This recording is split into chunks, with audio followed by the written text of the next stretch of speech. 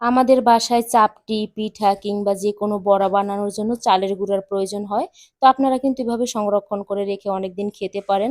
প্রথমে আতপ চাল পরিষ্কার করে ধুয়ে নিয়েছি, তারপরে ছেঁকে নিয়ে তারপরে ঘরে একটি পরিষ্কার কাপড় বিছিয়ে ফ্যানের নিচে রেখে দিয়েছি ১ ঘন্টা। আপনারা চাইলে দিনের বেলা ছাদে রৌদ্র থাকলে সেখানেও দিতে পারেন। তো ১ ঘন্টা পর ঝরঝরা হয়ে গেছে। ব্যাগে ভরে আমি মেশিনে গুঁড়ো করার জন্য পাঠিয়ে দিয়েছি। তো মেশিনে গুঁড়া করা হচ্ছে।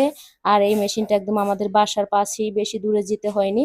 তো গুঁড়ো করে নিয়ে আসলো, এখন দেখি কি অবস্থা। এই যে একদম মিহি দানা হয়েছে।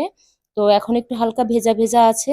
যেহেতু রাত্রেবেলা গুঁড়া করে নিয়ে এসেছি, এভাবে ঢেলে রেখে দেব। আগামীকালকে রোদ্রে আমরা শুকিয়ে নেব। তো বাবুও পাশে বসে দেখছিল, ওর ধরার ইচ্ছে। আমি বললাম হাত পরিষ্কার করে এসে তারপরে ধরো। তো চালের গুঁড়া ধরছে আর আনন্দ পাচ্ছে।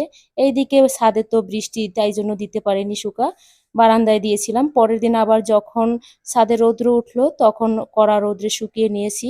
এভাবে ৪-৫ রৌদ্র, ৪-৫ দিন শুকিয়ে একদম ঝরঝরা করে নিয়েছি। তো শুকনো গুঁড়োগুলো এখন আমি একটা এয়ারটাইট কন্টেনারের মধ্যে রেখে দিব। তো সবগুলোই এখানে রেখে দিয়েছি। আমি প্রায় ৭ কেজির মতো চাল গুঁড়া করে নিয়েছি। এবার যখনই মন চাইবে তখনই কিন্তু চাপটি, বড়া, পিঠা এগুলো বানিয়ে খাওয়া যাবে। আপনারাও এভাবে সংরক্ষণ করে রেখে দিতে পারেন অনেক